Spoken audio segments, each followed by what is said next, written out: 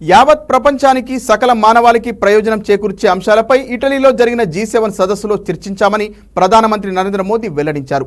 మానవ సమాజానికి ప్రయోజనం చేకూర్చే సమస్యలను పరిష్కరించే ప్రభావవంతమైన పరిష్కార మార్గాలను రూపొందించాలని లక్ష్యంగా పెట్టుకున్నట్లు ఆయన చెప్పారు. ఇటలీలో G7 సదస్సు ముగియడంతో ప్రధాని మోదీ భారత్కు చేరుకున్నారు. తన తొలి విదేశీ పర్యటన విజయవంతంగా ముగిసిన సందర్భంగా ప్రధాని మోదీ ట్విట్టర్ వేదికగా ఓ పోస్టు పెట్టారు.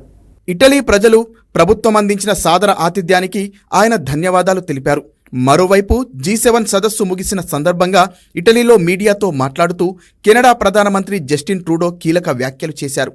కెనడాలో ఖలిస్తానీ ఉగ్రవాది నిజ్జర్ హత్య వ్యవహారాన్ని పరోక్షంగా ప్రస్తావించారు. కొన్ని సున్నితమైన అంశాలపై మేము భారత్ కలిసి పనిచేయాల్సి ఉంది.